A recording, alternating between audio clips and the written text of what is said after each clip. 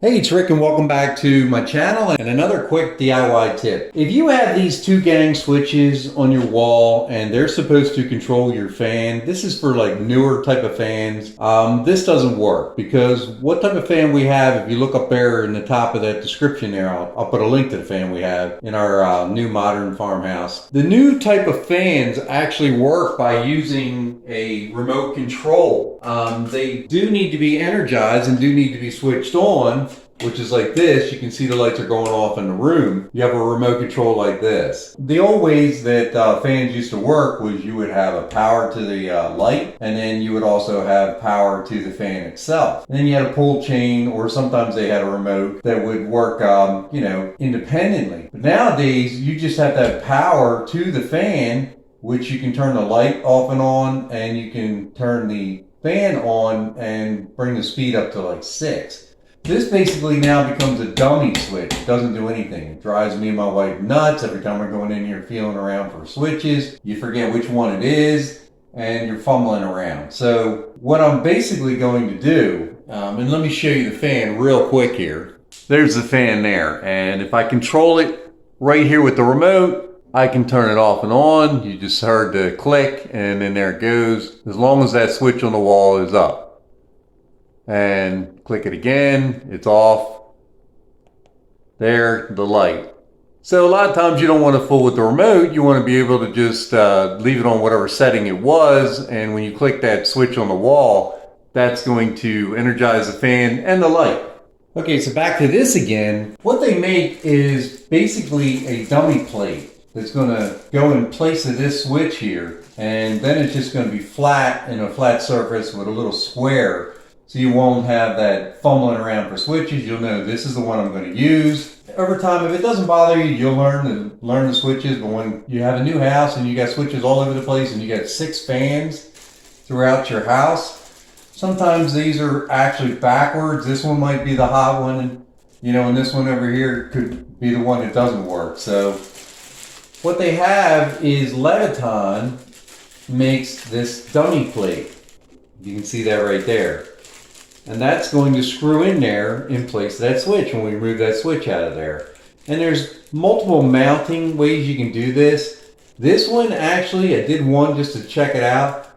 Once you pull the switch out, you lose this mounting point here. So you're just going to have to tighten down the one that's going to hold. And then this is going to hold into your plate itself. And that's stiff enough that it's not going to move around or move around the dummy plate. The only thing I did notice is these holes in this plate right here are not tapped. So you're either going to have to run like an awl through there. Be careful, you don't want to break it and crack it. And you want to widen that open a little bit for your screws to go through.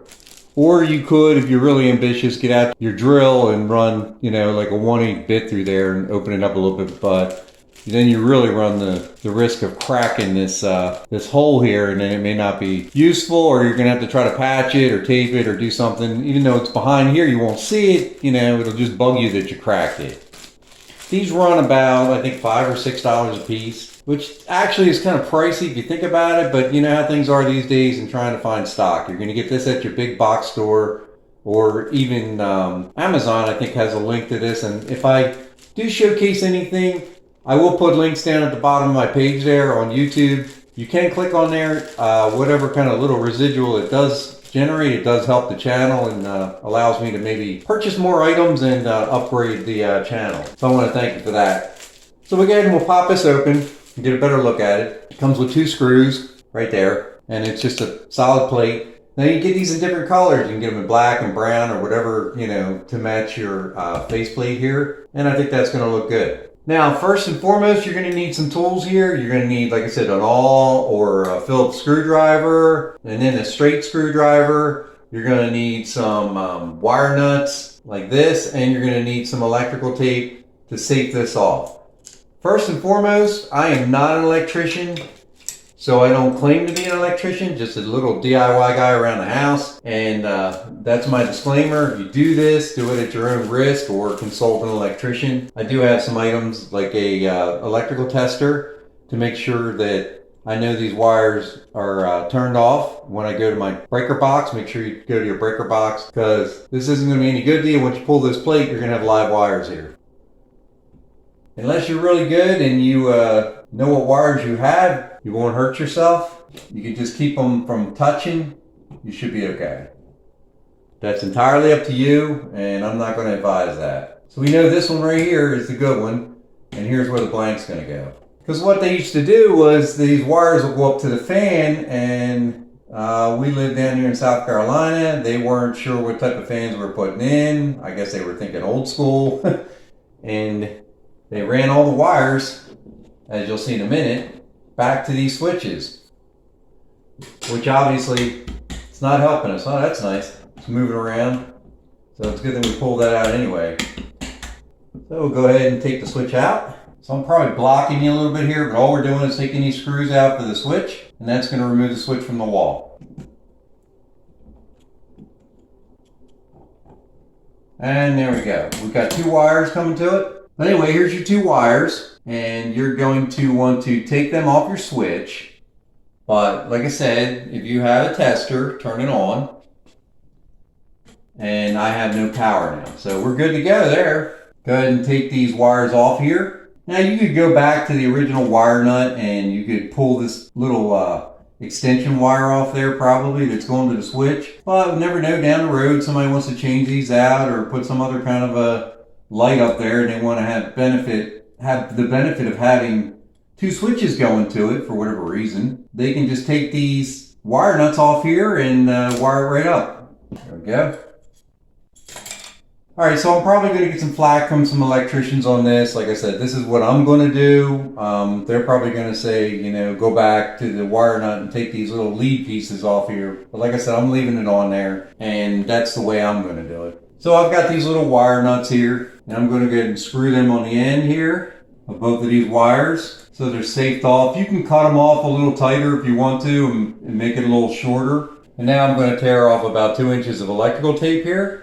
And I'm going to start the back from where the wire is a little bare, and I'm going to work it towards the front of the wire cap, twist cap. And then that's not going to pull off there. And then I put a little tab on there. I bend it back on itself. That way if I ever have to take this apart, it's easy to get to, and it's not stuck on there. So that one's safed off, and there we go. We have no issues with them hitting together, shorting anything out. They're nice and safe. Make a little like corkscrew there, like a pig's tail, and just kind of tuck it back in. Now they're tucked in there nice and out of the way. Now with this setup here, you're going to need to take your blank, put it behind there.